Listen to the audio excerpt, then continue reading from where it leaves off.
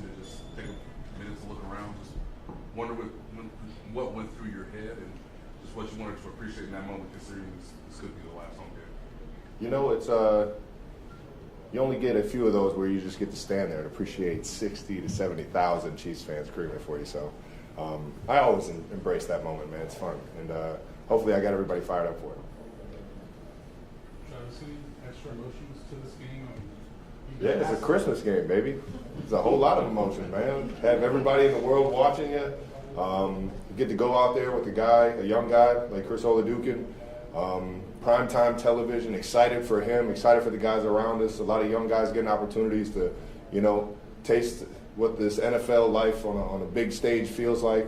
And I just wanted to get out there and get a win for those guys, man. That's what I was asking. But, of course. Secondarily, you've been asked enough by us, and I know you were asked by Tony yesterday about the possibility of your final home game. Did that ever cross your mind throughout the game? No, the only time it ever crossed my mind is I was driving in the other day and I saw how much the Powerball was. And I was like, man, if I could just win that, I wouldn't have to work another day of my life. That's what's keeping you here? No, man.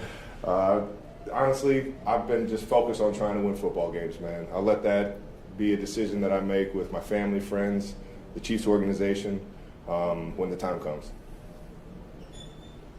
Okay. Given this is Chris' first start, I know it's a lot different than what happened Sunday in Nashville. Just how do you think he handled this responsibility, and did he sort of show you something that maybe you would not have known otherwise? Yeah, man, that was the first time I've ever seen someone try and draw the defense to him by fumbling it. That was pretty, like a little yo-yo trick he put on, man. That was the first time. No, I'm proud of him, man. Throughout the week, his attention to detail, his professionalism, his leadership. Couldn't be happier for the guy. Obviously, wish we could have got that win for him on a big game against a rival, but I'm proud of him, man. I'm proud of the way he led us into victory and kept fighting, man. What's the best part about playing in Arrowhead? Man, I would say the tradition. You can feel it. You can feel the kids and the generations of happiness and the generations of just love that they have coming together on Sundays and cheering for their team. Man, it's a beautiful thing, man. And it's something I know I'll cherish forever. Is those moments coming out of the tunnel or just making a big play for them late in the game. That's why we love Arrowhead, man. It's a special and unique stadium, especially when they started turning off the lights for us on intros, man, to make it more epic. You're a hype man. You get your teammates fired up. I saw Chris, whole team gather around him before the game. What was Chris Oladokun making his first start, trying to get you guys hyped up before you had the locker room final? That we're here fighting for each other. I think he had the right message to be, we're a team no matter what this record is. We're out here fighting for each other. You're going to wear the Chiefs arrowhead on your helmet and come out here in the red jersey in front of this crowd, man. You're going to give it your all. And he was just making sure everybody knew that he was ready for a dogfight and that he was going to lead us into victory, lead us into the game. You set the standard here for pretty much over a decade. How much do you embrace leading these guys? Man, it's something that I take as like second nature at this point, man. I've followed big Coach Andy Reid, baby, and he's done it the right way. He's done it with integrity. He's done it with a lot of love and a lot of care for the people around him, not only just players but coaches as well. You guys have seen his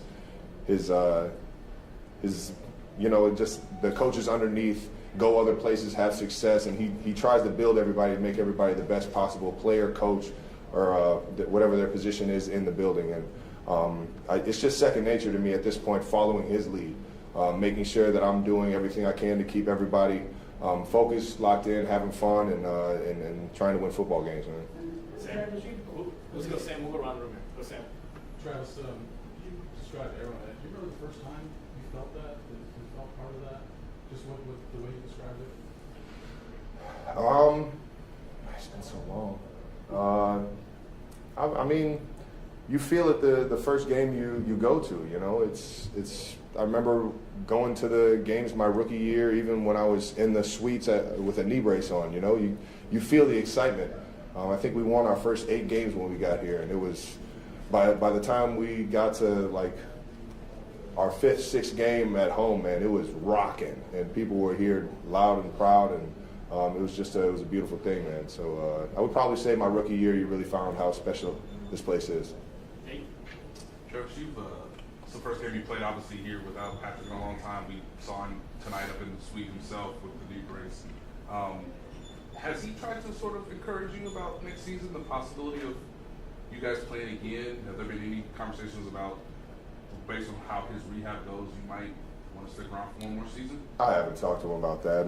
I feel like he's going to be the most competitive guy possible in his rehab to get back and hopefully get back by the start of the season. But obviously, franchise quarterback, you want to be smart with everything like that. But he's gonna compete his ass off in the off season and everything. So I think I haven't talked to him about any of that, man. I'm just I wish obviously this season wouldn't have happened the way it did with him going down, and it was yeah. Trevor, you've never had a season like this with Andy, being 6-10. What did you learn about him as a coach in a season like this that maybe you didn't know before now? I mean, you go through ups and downs in seasons, and you find yourself in situations where you gotta circle the wagons, dig yourself out of a hole. And I know Coach Reed from day one has always been that guy that's going to lead us through all of that and be the main one that raises his hand and says, I need to be better for you. Put the accountability on him, even when it may not be that, but he's showing everybody, I'm going to keep upping in my ante. And it just never sways.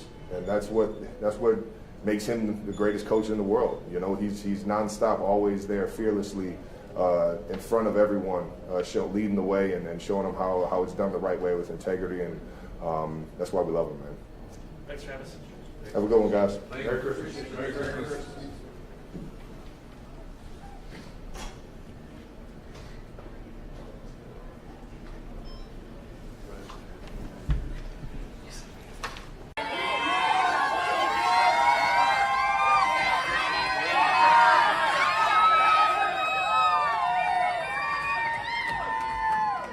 If you've ever wondered what the beating heart of a football team looks like, you found your answer on a chilly December night at Arrowhead Stadium.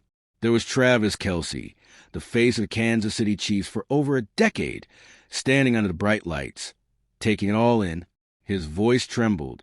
His eyes shone with a mix of pride, nostalgia, and that unmistakable ache of an ending that hasn't quite arrived, but is close enough to touch. For Chiefs fans, it was impossible to look away.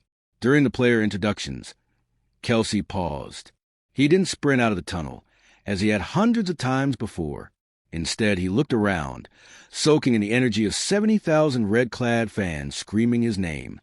The stadium, usually so loud it rattles your bones, seemed to hold its breath with him. You only get a few of those where you just stand there and appreciate it all, Kelce admitted after the game. 60 to 70,000 Chiefs fans for you. I always embrace that moment. It's fun.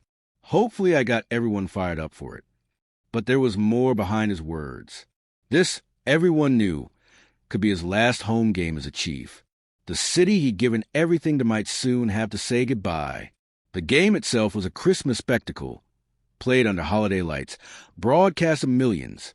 For Kelce, the emotions were layered. It's a Christmas game, baby. There's a whole lot of emotion, he said. Have everybody in the world watching you. Get to go out there with a young guy like Chris Oladokun. A lot of young guys getting opportunities to taste what this NFL life on a big stage feels like. I just wanted to get out there and get a win for those guys. It wasn't about records or stats. It was about tradition. It was about passing the torch.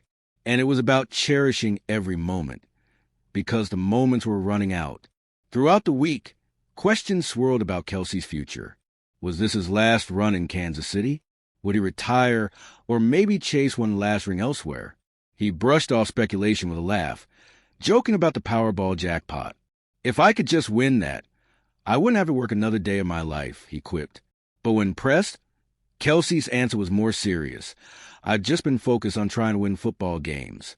I'll let that be a decision I make with my family, friends, and the Chiefs organization when the time comes.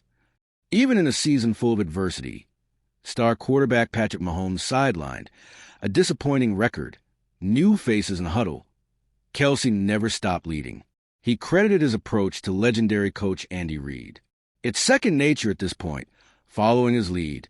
He's done it with integrity and a lot of love and care for people around him, not just players, but coaches as well.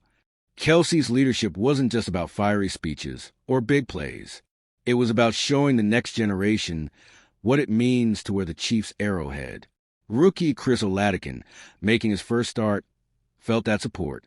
"I'm proud of him," Kelce said. Throughout the week, his attention to detail, his professionalism, his leadership. Couldn't be happier for the guy. For Kelce, Arrowhead Stadium is more than a field. It's family, it's history, it's home. He recalled his rookie year, the stadium rocking, the fans deafening. You can feel the tradition, the generations of happiness and love that come together on Sundays and cheer for their team. It's a beautiful thing, those moments coming out of the tunnel. Making a big play for them late in the game, I'll cherish forever. He's been the hype man, the emotional core, the standard bearer. When a young quarterback tried to fire up the locker room before the game, Kelce was right there, embodying the message. We're a team. No matter what the record is, we're out here fighting for each other. You wear the Chiefs' arrowhead on your helmet. You give it your all. This year was different. Mahomes was out.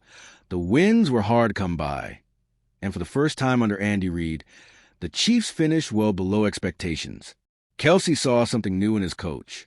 Coach Reid from day one has always been that guy that's going to lead us through all of that and be the main one that raises his hand and says, "I need to be better for you."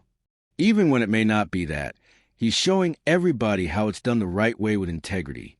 That's why we love him. As the press conference wrapped, Kelce offered a simple goodbye. Merry Christmas.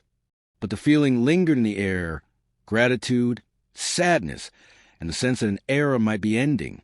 For Kansas City, Travis Kelce has been more than a tight end. He's been a symbol of grit, joy, and loyalty. The city will never forget the way he played, the way he celebrated, the way he made Arrowhead his stage. If this was truly his last act at home, he left it all out there for his teammates, for his coach, and most of all, for the fans who made him a legend